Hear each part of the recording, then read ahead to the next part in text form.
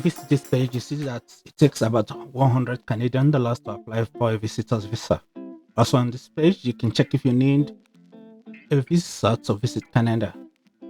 Clicking on who needs a visitor visa will take you to a page where you can check if you need a visa. Of course, most travelers need a visitor visa, and they can usually stay up to 6 months in Canada, although the amount of time you are allowed to stay will be decided by a border service officer. Some countries like the US, Australia, and UK do not need visitor visas. Others will usually use an ETA or electronic travel authorization, which is much easier to get than a visa. However, only some countries qualify for this. To find out if you need a visitor visa, click Find Out More. Enter the country that issued your passport. Select if you have to have Canadian or another country's citizenship. And choose a reason for your visit.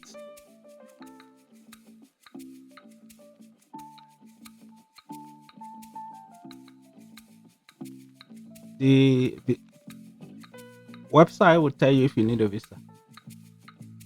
Now that we know that we need a visa, let me show you how relatively easy it is to apply for a Canadian visitor visa.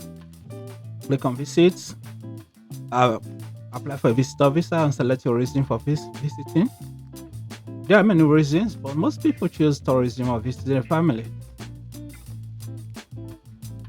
The page will show you all the documents you need to acquire. Some papers include identity and travel documents like passport and passport photographs. We'll discuss the document and how to get this ready later in the video. The site also explains that you must provide biometrics if you have yet to do so within the last 10 years. The biometric fee is already covered within the 100 Canadian dollars. Click on the big green button to start the application process. If you have previously registered for an account on the portal, you can jump to the timestamp on your screen. The following 3 minutes or so of these videos are dedicated to creating a new account on the IRCC portal. The first step is to click to get the invite code. You will need the invite code to create an account. Enter your email address and confirm the email address on the test input as you can see on the screen. Click on Get Active Invitation Code. Click on when the invitation code is displayed, click on Copy to Clipboard. Note the expiration date of your code. You cannot use the code after the expiration date. Next, click on Continue to IRC portal sign up page. As you can see in the video, we are now at the page where we can start the sign up process. In the text box that says invite code, paste the invite code you copied. Enter the same email address that you entered on the previous page. You must use the same email, otherwise it will throw an error. Please choose the password and enter it into the password input box. Follow the password guidelines on the page. Retype the same password in the confirmation box. Now enter your surname or your last name.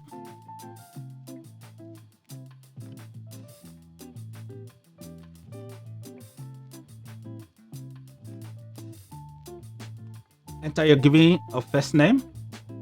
Please select the country for your telephone number and enter it into the text box.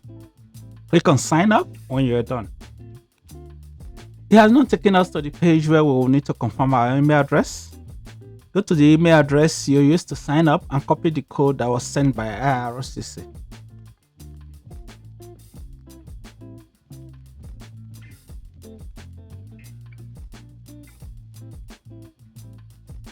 Enter the email address, enter the verification code and click on confirm. If you've done that successfully, you should see the green text telling you verified your email address and now it's time to sign in. Enter the same email address and password and click on sign in. Accept the terms and conditions.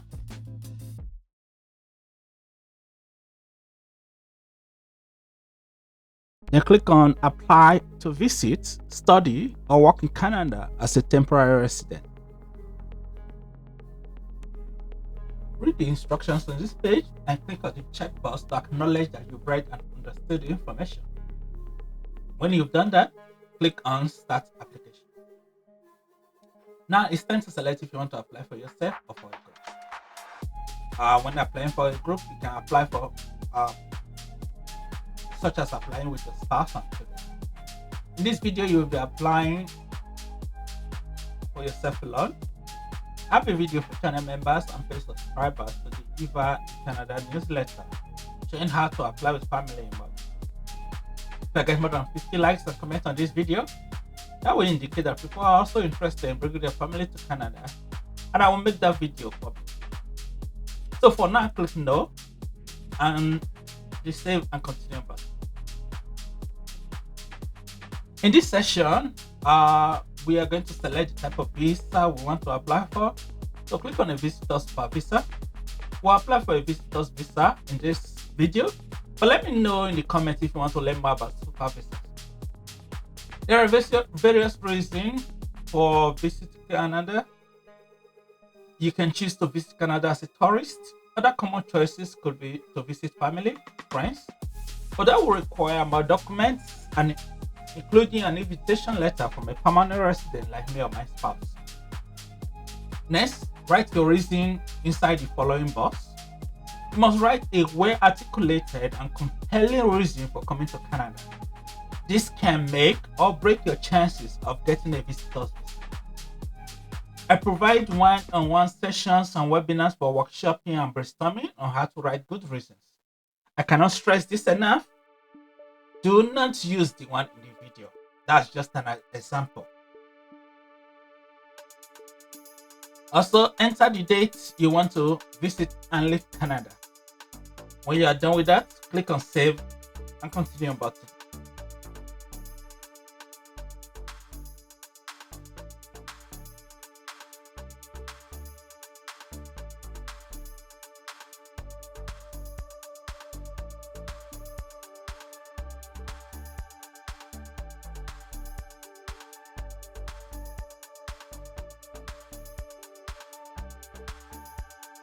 This next page just lists the documents that you will need and the information that you need to enter.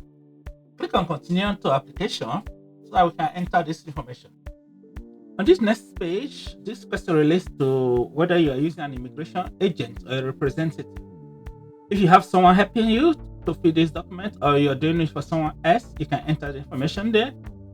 But since we are learning to do it by ourselves, we'll select no. Now it's time to complete the information regarding our international passport.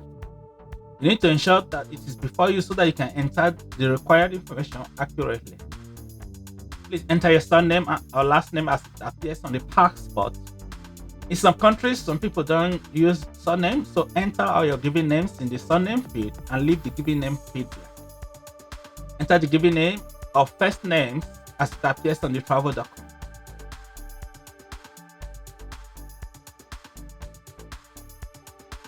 Select your date of birth.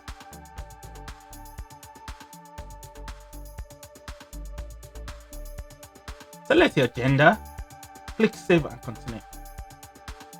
Let's enter the details of our travel document here. Select whether it's a passport or other travel document. In this video, we select passport. Let me know if I should make another video using different types of travel documents in the comments below. Select the type of passport. It's usually regular unless you're a government official or you don't have a country of your own. Select the country code that corresponds to your passport. In this instance, we're selecting NGA, which is Nigeria. Select the nationality of your passport. Enter the passport number and confirm it again.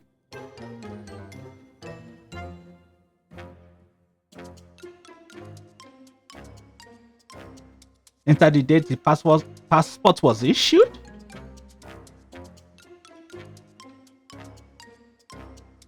Enter the date of expiration. Note that you need a passport that has at least 6 months of its expiration time before you can use it as a travel document to Canada. Also note that IRCC will never give you a visa that extends beyond your passport expiration date.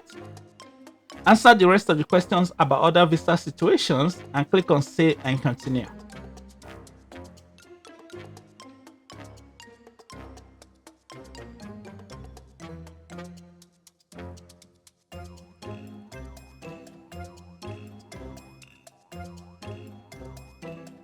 The next step is to select your citizenship, the city or town where you were born, and if you're a citizen of more than one country.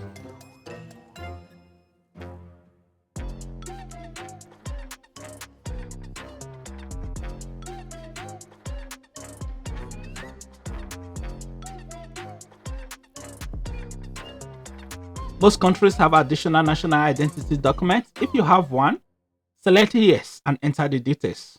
Otherwise, select no and click on Save and Continue. If you've had another name in the past, this relates to if you've changed any of your official names. It could be that you got married and changed your name, or you officially changed your name.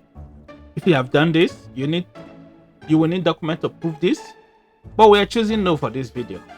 Note that they are not talking about nicknames. These are official names.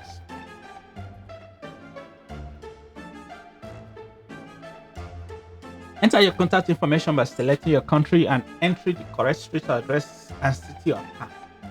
Indicate if your residential address is the same as your mailing address.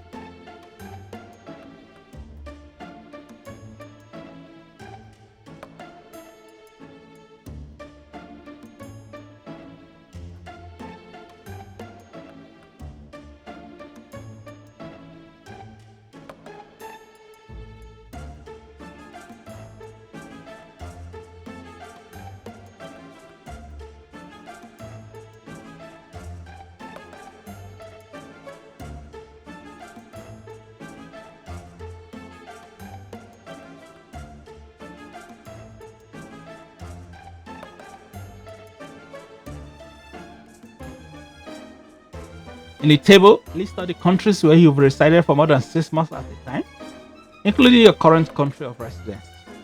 Make sure to enter the date you live there as accurately as possible. Once you've done that, click on Save and Continue.